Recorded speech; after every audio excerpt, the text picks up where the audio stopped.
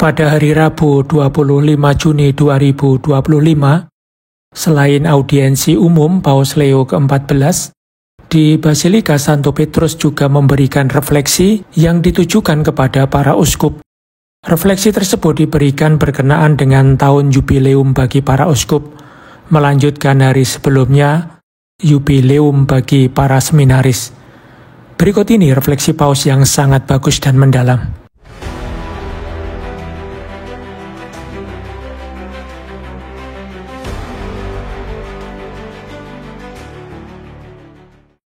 Dalam nama Bapa dan Putra dan Roh Kudus. Amin. Damai besertamu. Saudara-saudara seiman yang terkasih, selamat pagi dan selamat datang. Saya menghargai dan mengagumi komitmen kalian untuk datang sebagai peziarah ke Roma, menyadari betapa mendesaknya tuntutan pelayanan kalian. Namun setiap dari kalian seperti saya, sebelum menjadi gembala adalah domba dari kawanan Allah. Maka kita juga bahkan lebih dulu diundang untuk melintasi pintu suci, simbol Kristus Sang Juru Selamat.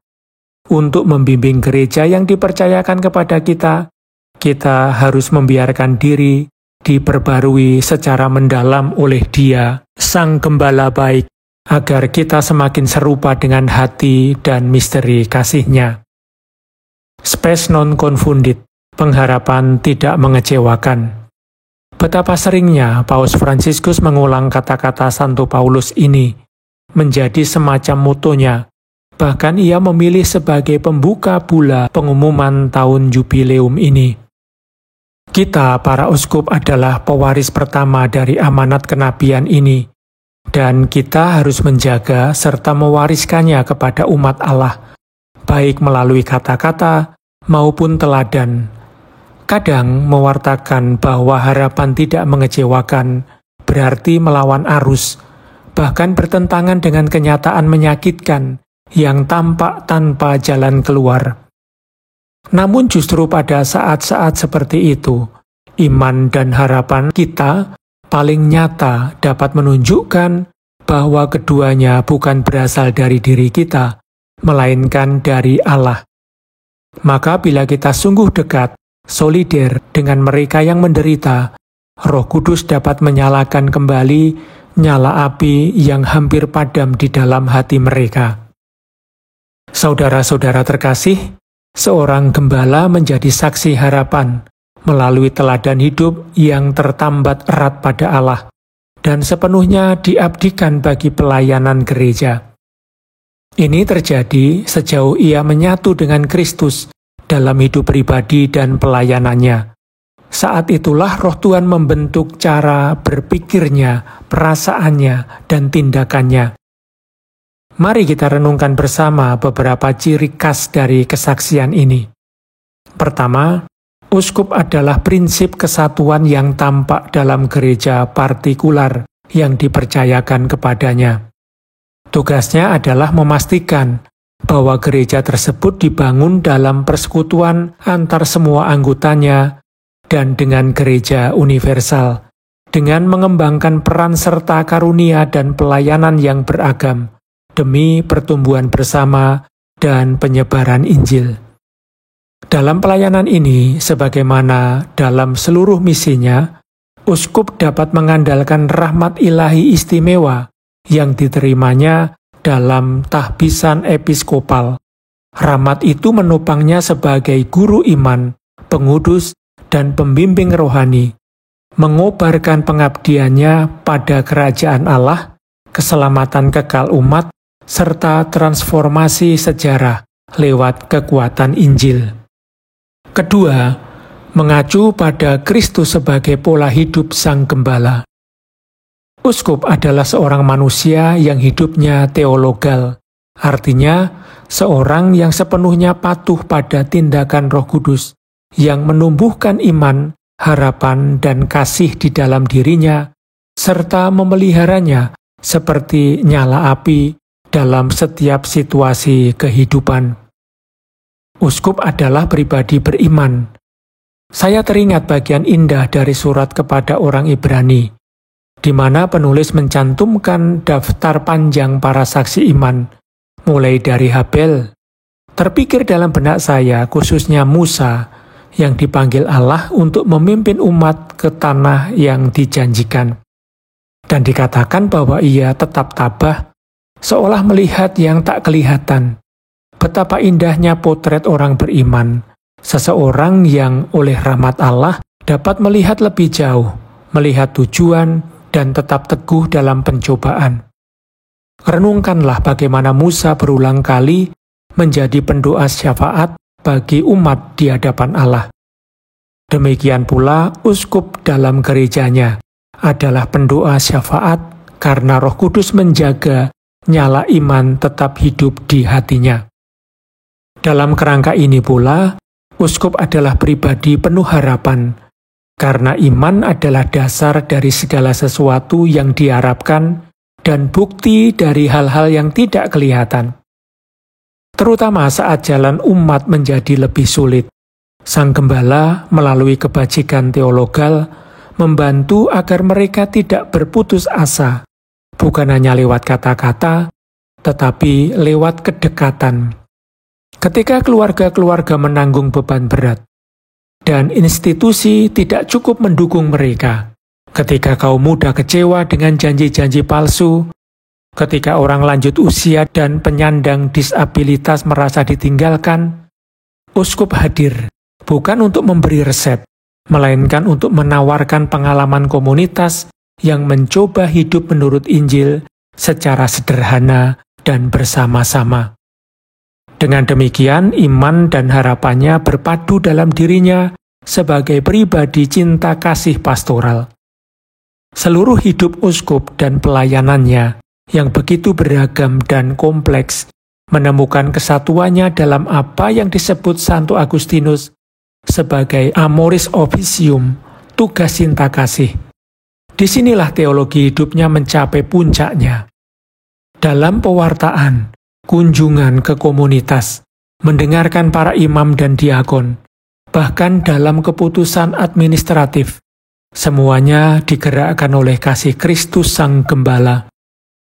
Dengan rahmat yang diperolehnya setiap hari dalam Ekaristi dan doa, uskup memberi teladan kasih persaudaraan kepada rekan pembantunya, uskup emeritus, uskup dari keuskupan tetangga, para kolaborator dekat, maupun imam yang sedang mengalami kesulitan atau sakit. Hatinya terbuka dan ramah, demikian pula rumahnya. Saudara-saudara terkasih, inilah inti teologal dari kehidupan seorang gembala.